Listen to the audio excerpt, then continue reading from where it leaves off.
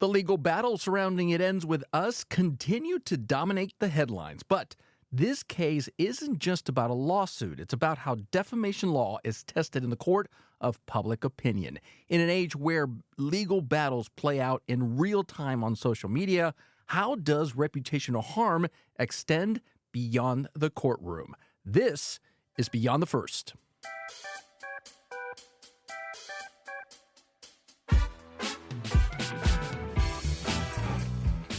From the basement studios of WSOE at Elon University, this is Beyond the First, a podcast where we explore the intersection of media law ethics and real-world impact.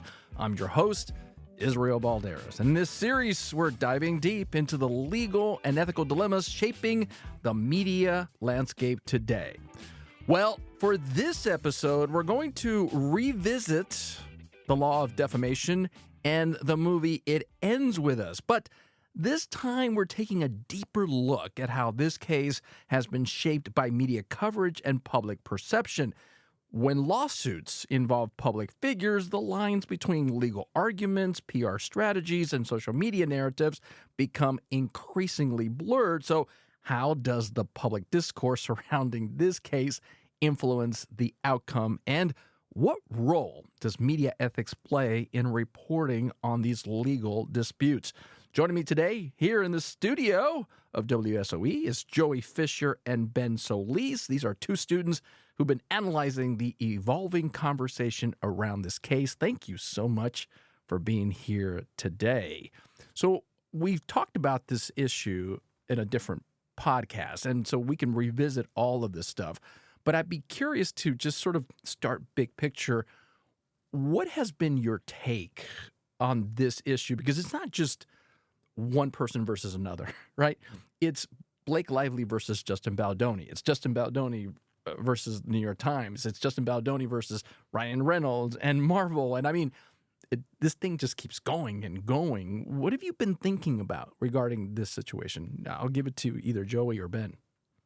I'll go ahead and start. So in my opinion, specifically for Justin Baldoni versus Blake Lively, in that case specifically, and that's kind of how it started, it seems like what Justin Baldoni is trying to do is kind of cover his tracks, especially with the smear campaign that we've seen him try to do. And I feel like it's almost as if it's basically been proved at this point. We've seen the New York Times article, and that's why he's suing them. We've seen like Ryan Reynolds' position in it all as well. I think it just comes off as Justin Baldoni trying to cover his tracks almost, in my opinion. Ben, what do you think? Well, I think there's a strong precedent, as we've seen with such publicized cases, about two public figures going against each other. And like you just said, when we're talking about the public sphere and media coverage of cases like these, PR and public perception becomes everything in setting the stage before these cases go to trial. And yeah, I mean, it's all about smear campaigns. It's all about who can get in sort of the last laugh before this comes down to a jury, as we've seen in past cases like Depp v. Heard. You know, and it's so funny you mentioned Depp v. Heard, because you're talking about Johnny Depp versus Amber Heard, right, and the defamation lawsuit that happened between those two actors. This involved Amber Heard writing an op-ed piece in the Washington Post saying that, she had been a victim of domestic violence and that she felt the brunt of the Me Too movement. And in that case, Johnny Depp won, even though I have made the argument that under the defamation law and all the elements of defamation law, I don't think he should have won. And even if he could prove all the elements, Amber Heard had good defenses. Having said that, I remember when the case was happening live, because this was happening during media law and ethics, and I was seeing for the first time how in social media you could manipulate the public into becoming Team Depp versus Team Heard, right? You could just sort of see it sway. And I've had students come to my class and they said, I was part of Team Depp, and now that I've seen the law, I've changed my mind. I think I was the exact same way. I mean, I remember kind of looking at it, and I was watching it live, and I certainly felt that some of the stuff that they were presenting in court as evidence felt certainly tilted towards Depp. Makes you feel more empathetic towards him, but the same thing for Heard. And what I was noticing online is pretty much, it is sort of who has the more social power and more money. And I think it kind of boiled down to, from the public perception on social media, is you're pretty much watching a trial between, Edward Scissorhands and Jack Sparrow versus the girl from Aquaman. I think a lot of people just kind of already had their minds made up about it. Like, we want to keep seeing Johnny Depp in movies. We want to keep, having his presence, and I think that was a big part of what shaped the sort of public opinion on that. And Joey, with this case, what I've been blown away by is you've got Justin Baldoni, who I had no clue who he was. Right? Same. That I would have never watched the movie It Ends With Us. It's just not my genre. But I knew who Ryan Reynolds was, and I knew what kind of businessman Ryan Reynolds was, and they certainly, Netflix had a lot of movies from him. And yet, when you look at sort of the conversation around social media, it is amazing how anti-Ryan Reynolds, anti-Blake Lively it is out there. And I'm like, wait a minute. This is Ryan Reynolds. He's beloved as an actor. Is this how easy you can manipulate the social space to make someone appear in a negative light? I think it is proving that it is really easy to do, to cause the people on TikTok, people on Instagram, people on whatever social media to change sides, or not even change sides, but just to pick a side so easily, because the first thing they read about that person in regards to the case, or even in regards to them being negative, is going to take precedent over any positive thing they heard before, especially if it's something like, oh, Blake Lively isn't representing sexual assault victims correctly in these interviews, or isn't really representing the movie that she's playing a big part in through all of her press tour and everything. In Ryan Reynolds' case, I can't speak entirely on what he's being smeared on, if he even is, but the Justin Baldoni take or statement on him, basically yelling at him and being really aggressive in that one-on-one or one-on-two meeting between the three of them is enough to probably sway a lot of people into being on Justin Baldoni's side. He's getting teamed up on. He needs support from his fans more than So Ryan he becomes Reynolds. the victim. Basically, yeah. Yeah. So getting lost in this, Ben, is the law of defamation, right? The law of defamation is there so that it is an exception to the First Amendment. You can't ruin someone's reputation. But certainly there's a high bar, right? If you are a plaintiff and you are a public figure, so therefore you have to prove the defendant acted with actual malice or reckless disregard for the truth. Okay, that's the way I used to teach the law. Do I need to rethink how to teach the law in this space now where social media can be manipulated and people think, of course that's defamation, and a guy like me is going, wait a minute. What happened to the elements of proof? What happens to the defense of news and parody and truth? I mean, I don't think the legal battle needs to be changed in how it's taught. I just think there needs to be a sort of ethical conversation about how to be more media literate surrounding the publicized. I can't even say Publicity? that. Well, I was saying ization. The publication. Yeah, the publication of these types of trials, and it's about teaching people to sort of get out of the biases, right? We knew before this movie even came out that these smear campaigns were going on, and obviously a lot of people don't know that, but we were able to talk about it, and I think that helped change our students' perspective on the Depp v. Heard case and now the Lively v. Baldoni case, and it's just about trying to get more awareness that these things happen now, and that's sort of the world we live in with social media, especially for court cases involving public figures, that you can sway public opinion by saying things about them, but it really, you have to kind of stick to the law as much as you can, I think, and just focus on teaching that and trying to just teach people to be aware of these biases in the media about how they try to paint public figures as this drama unfolds in order to prevent such biases. Yeah, and Joey, I'm a former journalist, so I think the media and journalism can't sort of be left out of this conversation. So how much responsibility should journalists and media outlets have in covering defamation cases in a fair way? And where should the line be drawn between responsible reporting and this trial by the media that we're seeing, because it's great for variety, it's great for the Hollywood Reporter, right?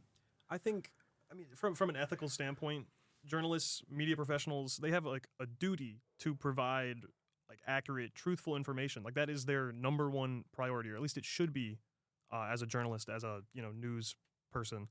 And like they're not entirely misreporting, but they're going into these stories with not as much information that like as needed or as should be required to like say, oh, this is certain, and then it's going to allow people like Justin Baldoni to kind of say, oh, it could be a defamation thing, or I'm being defamed because in prior cases or even now, it's just like they're losing almost credibility in terms of this, like in the realm of like famous people and defamation. And to that point, Ben, the New York Times reported what had transpired between Blake Lively and Justin Baldoni because they based their reporting in large part on a legal document that had been filed by Blake Lively's team in a criminal, or not a criminal, should say, in a civil proceeding in California, right? And then Justin Baldoni sues them. Right. Now, New York Times can afford a lawyer, and certainly, they might be able to recoup their legal fees. But not every journalist is the New York Times. Mm-hmm. So, in cases like this, then the media says, well, I don't want to report on these issues because then I'm going to get sued. Even though the law of defamation says, no, you have an affirmative defense. You are using a court document, right? Do you think cases like this will then create a chilling effect where the media will just stay out of these fights? I don't think the media will ever stay out of it because there's certainly an aspect to it, and I think I get the sense that when they wrote the New York Times article, it was coming from a very real place of trying to report the truth. I mean, it was based on documents that were obtained legally, so I don't think there was much debate there about them trying to stir drama as much as to report on it. That being said, Baldoni has said that a lot of those texts between the PR teams were taken out of context, that there was, there's certainly an argument on his side for it, but no, I don't think that that they should stay out of it. I think that, there's certainly a lot of clickbait issues with it, but I think if you're reporting fairly, and even if someone doesn't like that, they're being reported fairly on, even if it's not something they agree with or they want to contest, that's something that has to be protected under the First Amendment. And to the point, right, that you got to protect the First Amendment, there is this issue of manipulating the algorithms, using AI sometimes to effectuate these campaigns of going after powerful people. I mean, these are not exactly people who don't have a voice, right? But should we be concerned about how now the data can be manipulated in a way that just skirts the law just enough so that, you don't get sued? After all, Justin Baldoni didn't do the harm of the reputation. They had a PR company who then put the information out there and someone else did it, right? That could be repeated over and over. Mm-hmm. I mean, it makes me think, like, he may have not been the person to put the information online or put the false information online, potential false information, I should say. But he is the one that set it in motion. He's the one that, at least in my knowledge, he's the one that hired the team, or his manager at least hired the team, something like that. And it's on the team for them to go and use AI and like manipulate stuff. I think we spoke about it in class how I think it was the Johnny Depp versus Heard case. There was a lot of cases where like you would see a TikTok that was made by AI, and then all the comments or all the engagement would be from other bots, other not real people, and it would get super popular. And I bet in the mix there are going to be real people that see that, and that, in my opinion, is very harmful to the spread of information on social media, especially because like it's in that case, if like a bot is making a fake video, it's purely to just spread misinformation, and I don't think that's a good thing ever. So, Ben, do you think social media has made defamation laws harder to enforce, or has it simply just exposed more people to the consequences of their speech?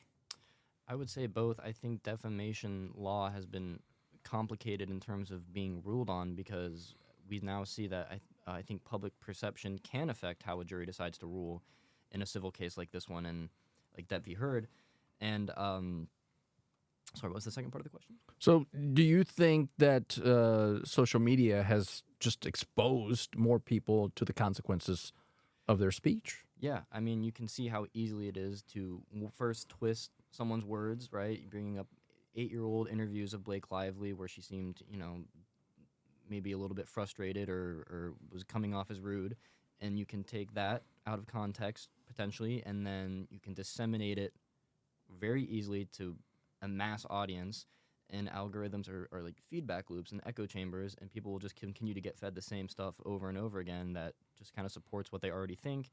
And by the end of it, someone that really knows nothing about the case from a legal perspective has already made up their mind that Blake Lively is just this horrible, vindictive woman that doesn't really deserve a fair trial. Like, it's so obvious that she was so rude and hard to work with, and that's a big issue, because then if that is the public perception that is swaying the jury, it makes justice a very hard thing to find in defamation law going forward. Joey, you get the last word. I mean, I wanted to add one more point on to all that, and basically just say I can't say for certain that it falls onto the social medias to like really take action and get rid of all this misinformation on their platforms, because it's a public open forum. At least I would consider most social medias to be that, and I feel like part of it has to fall on to the user on the platform for them to be, like you said earlier, Ben, like media literate. Right. Have them able to understand what they're looking at might be fake, might be true, but either way, you got to go in and do more research on your own. Make sure you're not just another sheep in the herd, I guess. Joey, Ben, this has been an insightful discussion. Thank you so much. The It Ends With Us case highlights just how much the media landscape complicates defamation law, raising important questions about fairness, reputation, and the power of digital narratives. To our listeners, thank you so much for joining us again for this episode of Beyond the First. I had a little, I call it a brain fart. I apologize for that. By the way, if you found this conversation engaging, don't forget to subscribe to our podcast. We're going to be back with more discussing media law, ethics, and the ever-changing challenge in our digital world. Until next time, keep questioning, keep learning, and keep the conversation going.